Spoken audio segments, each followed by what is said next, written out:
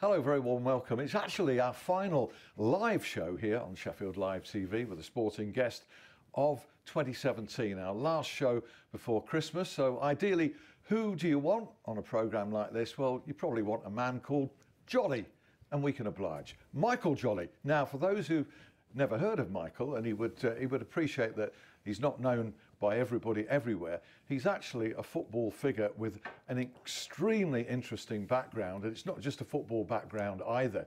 As an economics graduate of Cambridge University, he had a high-flying job as a city trader, which took him to New York at one stage of his career, and then he made a career switch back to football, having started as a young player at Barnsley.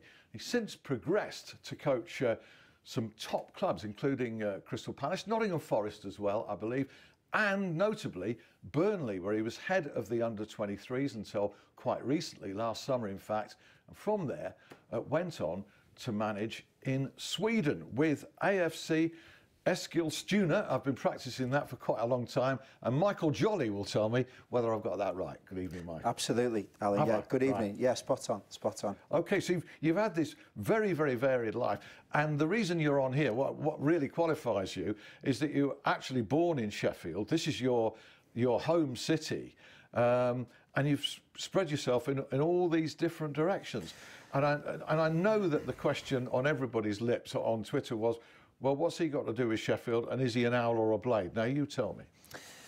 Well, firstly, thanks for having me. It's good to be here. No, pleasure. Yeah, Sheffield-born and bred, as you say. So the city's close to my heart. And in terms of an owl or a blade, it's a long answer, but essentially my dad was from near Leeds. Yeah. When my parents married, they moved to Sheffield, and my dad had no allegiance, so he took my brother and I to Wednesday one week and United the next week. So probably one of the very few people to have neutrality in the city. And Sheffield-born and entirely neutral. Absolutely. I mean, I've met you. I knew eventually I'd meet somebody, and you're the first. Congratulations. Yeah, I'd like to see them both doing well. And when I look at scores after our games on a Saturday, they're two of the first results that I look out for every week. Yeah, I mean, you talked about your football background with your father, who was a director at one stage of Stockport County. That was David Jolley, the late David Jolley, at the time when Danny Bergara was manager, colourful character, and took Stockport to Wembley all those times. Yeah, I mean, my father worked for a guy called Brendan Elwood in Sheffield, who was Sheffield-based again. So when Brendan bought Stockport, my dad worked there for about 10 years or so. And that was great for my brother and I as young men, because we sort of grew up in and around the corridors of football clubs, and we saw it from the inside. And Stockport had a really good run during the 90s, and some good managers, Gary Megson, Danny Bergara, Dave Jones, had a real good time there. So yeah, it was fantastic education for me about the business of football and seeing it up close. I'm going to take you sort of back to front. We'll come almost to the future, or the present, shall we say, not the future, but the present. Talk about Burnley and your part there as recently as last summer in this incredible development under Sean Dyche of a team that's now astonishingly fourth in the Premier League. Just before we come to that, some people that everybody knows that you've been associated with over the years. Jack Lester, who I saw at a media managers lunch yesterday, doing really well now at Chesterfield. Jack, you know? Yeah, Jack and I went to school together, so I remember him kicking lumps out of me on the playing field a few times. But I'm really pleased to see Jack doing so well at Chesterfield. He wasn't noted as that sort of player, just a poacher goal scorer, but you're telling me he could dish it out as well as receive it. I think he could look after himself, yeah. But no, he had a fantastic playing career, and I'm sure he's going to do really well as a manager. He seems to have the right approach, the right mindset, and he's made an excellent start with Chesterfield. And another new manager, and certainly one with a physical reputation that you know very well, is Kevin Davies from way back. Yeah, again, Kevin and I, we played together as lads when we played for Sheffield Schoolboys together.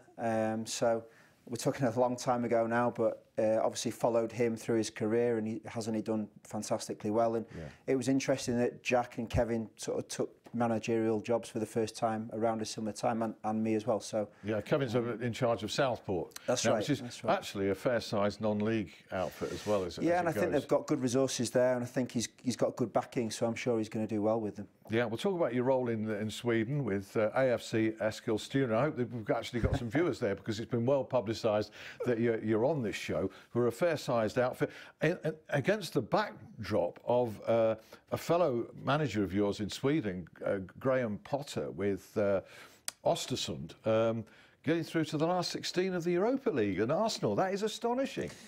Yeah, I mean, I knew Graham because I coached against him about 8 years ago when he was working in the university system here in England. And probably like me, he felt he had to think outside the box a little bit in terms of getting his first job. So he took the job in Östersund. I don't think anybody had really heard of them before, but he's been there 6 years. I think they've had 3 promotions. He's very highly thought of in Sweden. I think he just won the Coach of the Year for the Swedish Federation. And now they've got through to the Europa League last 16. So, you know, if people aren't looking at the work he's done and the work he's doing, they certainly should be, because he's done a fantastic job there. Well, this shows the value of saying, well, I can't get what I want in this country, go abroad, which is what you did, except that you actually were in a good job in this country when you took that gamble to go to Sweden at Burnley. Tell me about that experience. Yeah, I mean, I can't speak highly enough about Burnley and the experience I had there. I think I could go through my whole career and not see coaching and management done as well as what I saw at Burnley in the 3 years. You know, I had a very, very minor role. I was just part of the team, but the senior management staff, led by the manager, are absolutely first class, and it's no surprise to me that they're having the success that they are.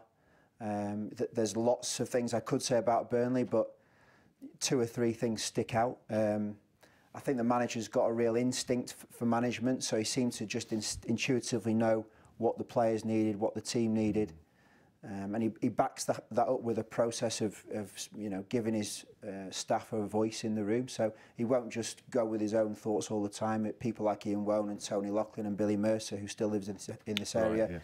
They have a big input. I think the culture there is one where, you know, if you're not prepared to work really hard all the time, you will get left behind. And I think they've been smart about recruiting players and staff into that environment who are going to take it forward. So now the players are demanding from each other all the time, as well as the staff. The manager is fantastic with the lads who aren't playing. So, you know, they've had injuries to people like Tom Heaton and others over the years, and people have been ready to step in, like Nick Pope has stepped in. Folks was out for a while and came back, yeah. and the other striker, I forget his name now. Ashley Barnes, Chris he was Wood. out. Yeah, yes, so Chris I think the reason people are able to just step in and the team looks the same or even better is that they train so hard, they're all ready. You know, there's 20 plus players there who are ready to step in and be first team players. And then lastly, I think, because having watched Premier League football closely for 3 years plus at Burnley, I think there's a lot of pale imitations of Man City up and down the Premier League. Teams who are obviously very good, but they're trying to play a particular style of football. I think Burnley aren't afraid to mix their style of play. They're not too proud to be more direct if necessary. That's not to say that that's the only thing they do.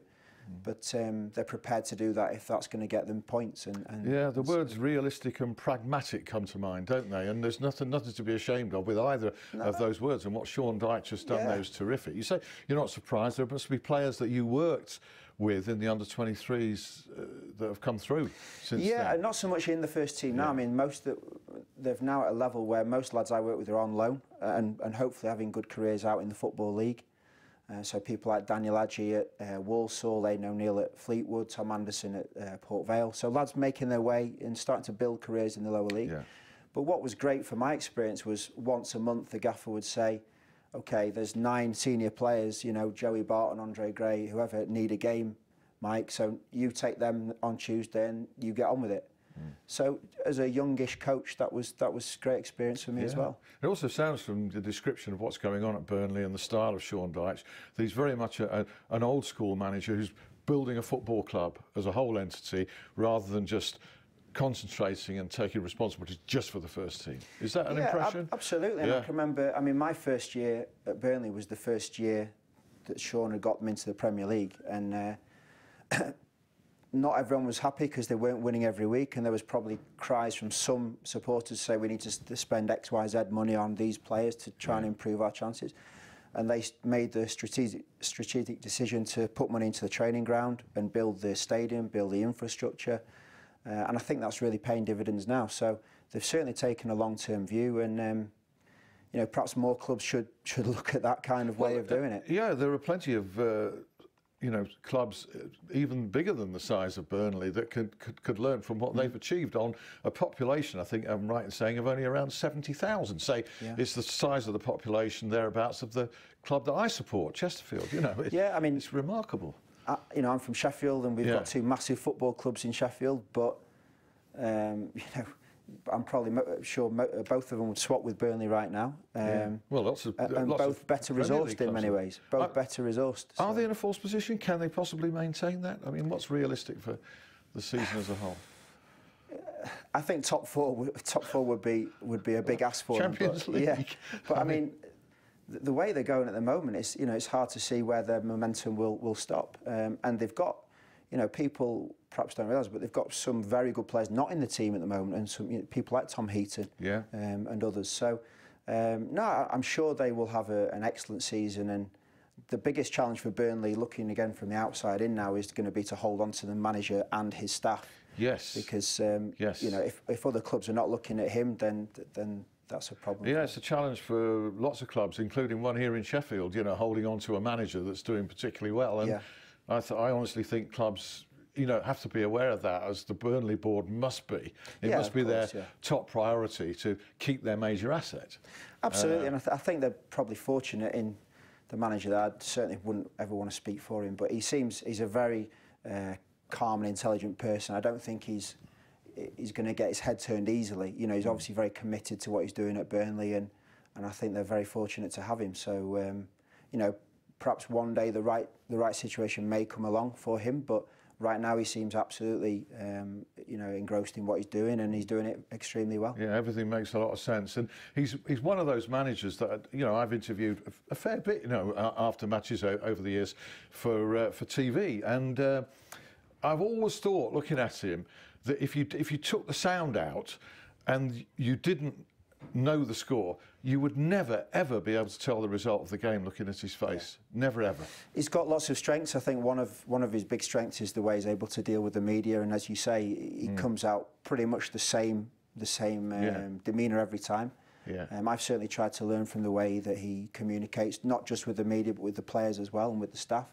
So, you know, sort of going full circle, for me as a young coach, to see that up close and to work with that manager was a great experience, and hopefully will set me up to move forward myself. Well, you took what must have been the difficult step of leaving Burnley with a good job there, to go to Sweden and to go to what at that time in AFC Eskilstuna was I've said it right again, was a top flight outfit in Sweden, albeit I think when you took control as manager they were bottom, weren't they? Yeah, that's right. I mean, I got the call in the summer, so the season had just finished at Burnley, and somebody got in touch and said, would you be interested in this job in Sweden? I didn't know the club. I didn't really know the level. I knew a bit about Swedish football, but I didn't know too much. But I did my research, and it's an interesting club. So the club has recently moved from Stockholm to the city of Eskilstuna, which is a kind of a new beginning for the club. They were in their first season in the Premier Division, but had started quite badly. 4 points from the first 12 matches. So they wanted somebody to come in and build, or firstly try and keep the club up, which was a difficult task, and unfortunately we didn't manage to do that. But secondly, the bigger picture was to try and build the structure of the club, put a philosophy of play in place, get the right kind of people in the staff, the right kind of players into the building, and almost do a version of what I'd seen happen at Burnley. So, you know, it's a chance for me to put my own stamp on something of my own. So it was. You didn't kick them up. You had some notable victories. You beat Malmo among others, didn't you? Yeah. I mean, we made some progress and we had some really good victories along the way. My first game actually was Malmo away. They were the league champions in the reigning. They were top of the league. We were 2-1 ahead at half time, but lost that game 3-2. But when we played them at home, it was our best performance of the season. We were 3-0 up after half an hour. So a really good performance from us, and certainly the best career, best victory of my career so far. Yeah, indeed, right. Not many people can say that they've managed a team that's beaten Malmo. Fantastic, and as you look ahead, by the way, we'll bring you in on the Owls and the Blades. I know you're an objective guy. You've said that you're a total neutral. You used to watch both week in, week out. You'll have views on what's going on at them. You know, and James Gregg will join us in part 2 as well, and round up all the action. He and I actually were at a great managers media lunch yesterday, organised by colleagues Nick Johnson Johnson and James Shield, among others. Fantastic event, marvellous turnout of managers. It's always great when journalists and managers and coaches can get together in an informal, totally off-the-record basis. And you know, survived a long day yesterday with the sobering experience of coming out of the pub to snow around midnight. So, right, okay. Yeah. Anyway, enough of that. Where was I? I was going to talk about your expectations for the next season. When does it begin in Sweden? We start again 1st of April, Yeah. but pre-season starts in the first week of January, so it's quite a long pre-season. Yeah. And I think we had 16 players out of contracts. There's going to be a lot of change in our playing squad. So now the challenge between now and the 1st of April is to build a new playing squad that we think is capable of bringing us back to the Premier League. So you're off, but you're actually working nearly all the time on the phone, texting and all the rest of it. Talking with the sporting director and the people at the club about the types of players we want, and probably like every club, we've got lists of players that we want to try and target. And you know, I've suggested some players from the UK that I know as well. So let's see where we go. And what has been achieved there by Graham Potter just gives you a little, I suppose, an incentive for, you know, he's now going to be an in-demand manager, or should be, shouldn't he, with clubs in this country, you'd think? Yeah, absolutely. I mean, I think it's really tough for young English. I mean, the fact that Kevin's taken the job at Southport, Kevin played for England and had a stellar playing career. He's taken a job, albeit a good one, but in the conference, the National League North, I think it's called now. I haven't got that playing background, and there are other people in a similar situation to me who perhaps have to look at it differently and say, okay, well, if you want to start with the end in mind and manage, you know, at a good level, hopefully in this country, you're perhaps going to have to go a slightly different route. So Graham's been a pioneer in terms of what he's done, and he's laid the foundations for the likes of me to go out there. And I'm sure I wouldn't have got the job at AFC had Graham not done what he's done. Right, so he was a pathfinder for you. And it also shows the value of showing that you're prepared to go the extra mile. Because it's always levelled at English coaches and managers. They're not prepared to go abroad like foreign managers are to come here. I think there's probably more people out there than the average person would appreciate, but not so well known perhaps. But yeah, I think it's got to be something that you've got, you know, having more of a global mindset. The Premier League now is a very global marketplace, and actually, apart from a few English managers that have got a lot of experience there, it's really tough for English managers to get there unless they get promoted. Yeah, and they've got to take a club. They've got to take somebody up. And even the Championship now, I think Hull have just gone back to an English manager, but previously went with a Russian. You know, it's Wednesday you've got a Portuguese manager. United have got a Sheffielder. But, yeah, very much so. But it's really tough to get opportunities. So I think you have to open your mind and your eyes up to see what else is out there. And you also saw what else was out there in terms of, you know, obviously you went to Cambridge, and not everybody can say they went to Cambridge, and you emerged with an honours degree, was it? Or in a master's degree, even in economics, which you then used to get a high-flying city job.